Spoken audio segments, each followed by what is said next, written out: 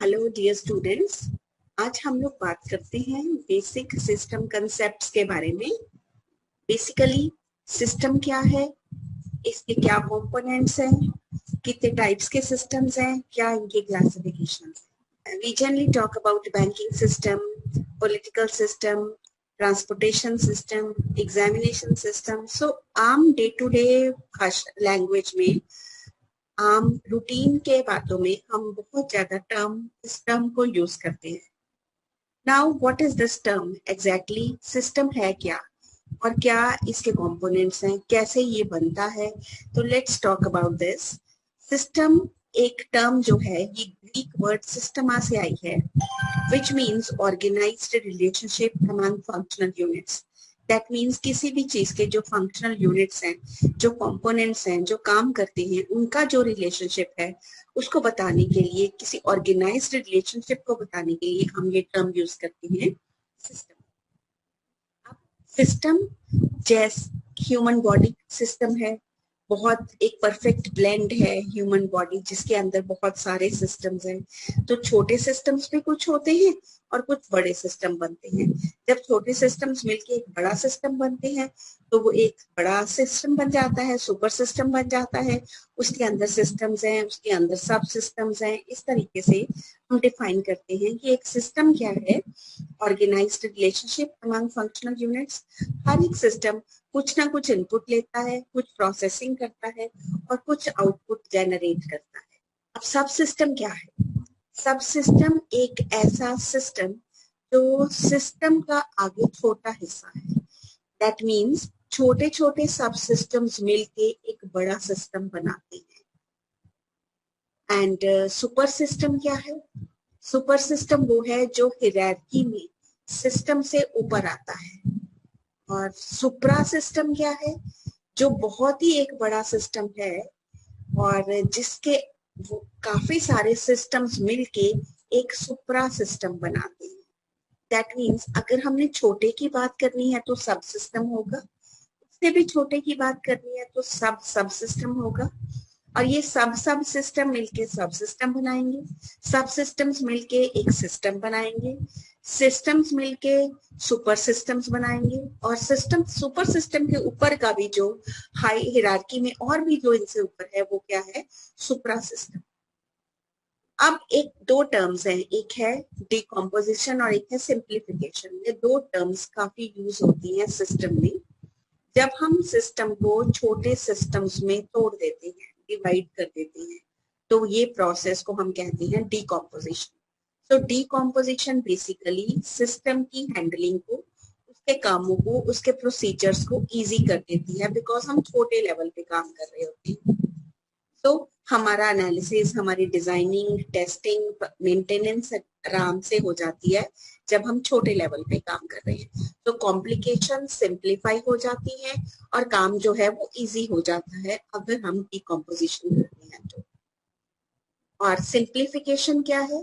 It is the process of organizing subsystems so as to reduce the number of interconnections. Interconnections को reduce करने के लिए हम जब सब सिस्टम्स बनाते हैं, that is called as simplification. तो सिंप्लीफिकेशन दो तरीके से है, एक क्लस्टरिंग और एक डीकपलिंग। क्लस्टरिंग क्या है? जब हम नंबर ऑफ सब सिस्टम्स को ग्रुप कर देते हैं, एक क्लस्टर बन जाता है और जो इंटरेक्शन है वो इंडिविजुअल सब सिस्टम्स के में होने की बजाय क्लस्टर्स में होती है। दैट मीन्स इंटरफेसेस कम हो जाते हैं, तो हम इसको क्या कहते हैं? क्लस्टरिंग। सो हमने एक क्लस्टर बना लिया, जो इंटरेक्शंस होंगी वो इंडिविजुअल सब सिस्टम्स की बजाय क्लस्टर्स में होंगी। और डीकपलिंग क्या है?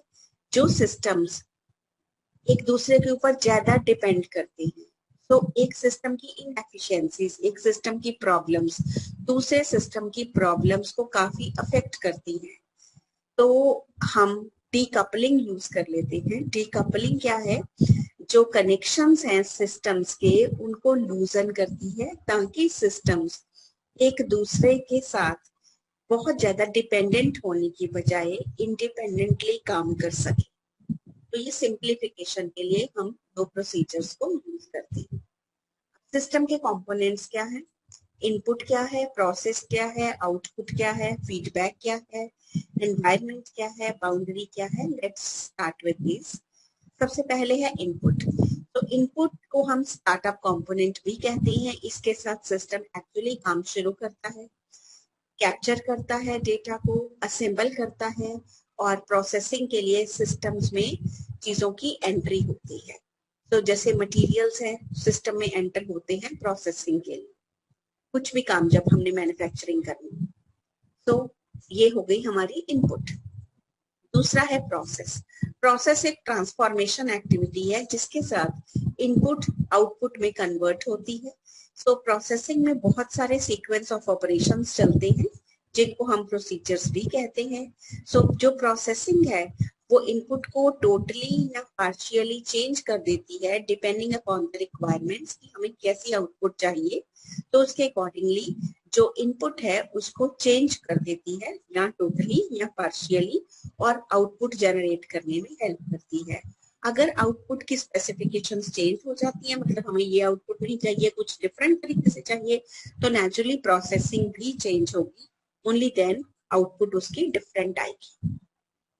आउटपुट क्या है? Output is the end result और the final thing of the process. जो प्रोसेस खत्म होने के बाद, प्रोसेसिंग खत्म होने के बाद निकलना है वो क्या है? आउटपुट। तो आउटपुट जो यूजर चाह रहा है कि ऐसी आउटपुट होनी चाहिए, बिल्कुल उसकी एक्सपेक्टेशन के अकॉर्डिंगली होनी चाहिए। अगर नहीं है तो हमें अपनी प्रोसेसिंग में चेंज करना होगा सो दैट आउटपुट वही आए जो यूजर की एक्सपेक्टेशंस के अकॉर्डिंगली है। अब काम ठीक चल रहा है या नहीं, प्रॉब्लम्स तो नहीं आ रही, परफॉर्मेंस कैसी चल रही है, इन चीजों को चेक करने के लिए हमारे पास फीडबैक कंपोनेंट है। फीडबैक चेक करता है कि हमारा आउटपुट आना क्या चाहिए था, स्टैंडर्ड क्या था, एक्चुअली क्या आया, तो डेविएशन कितना हुआ, क्या हम बिल्कुल क्वालिटी स्टैंडर्ड्स पे आए या नहीं आए। अगर नहीं आए तो उसके पीछे क्या रीजंस है, ये फाइंड करता है हमारा फीडबैक मैकेनिज्म। और अगर कुछ गड़बड़ है तो उसको हमने ठीक करना होता है। ठीक करने के लिए हमारे पास कंट्रोल मैकेनिज्म्स होते हैं।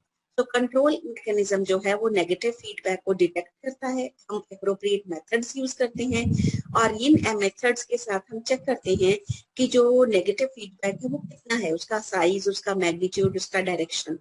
और फिर हम जो रिजल्ट्स आते हैं उनको स्टैंडर्ड रिजल्ट्स के साथ मैच करते हैं। अगर वो स्टैंडर्ड रिजल्ट्स के साथ मैच नहीं होते, दैट मीन्स हमें कंट्रोल मैकेनिज्म और इनिशिएट करना होगा। तो कंट्रोल मैकेनिज्म हम लगाते हैं, करेक्टिव एक्शंस लेते हैं सो कि जो हमारा आउटपुट जो है, जो हमें चाहिए एग्जैक्टली वही हमारे पास अवेलेबल हो।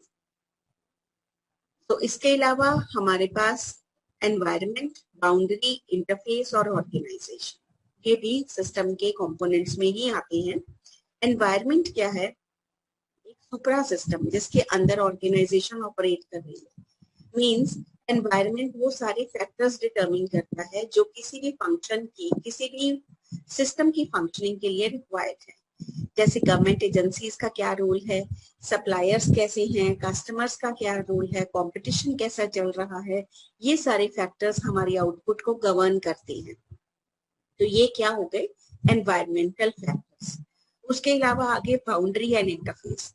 बाउंड्री लिमिट लगाती है कि हमारे कंपोनेंट्स ने किस एनवायरनमेंट में काम करना है, कितने तक हमने काम करना है, कितना हमने नहीं करना, हमारे स्कोप के अंदर क्या क्या है और हमारे स्कोप के बियॉन्ड क्या है।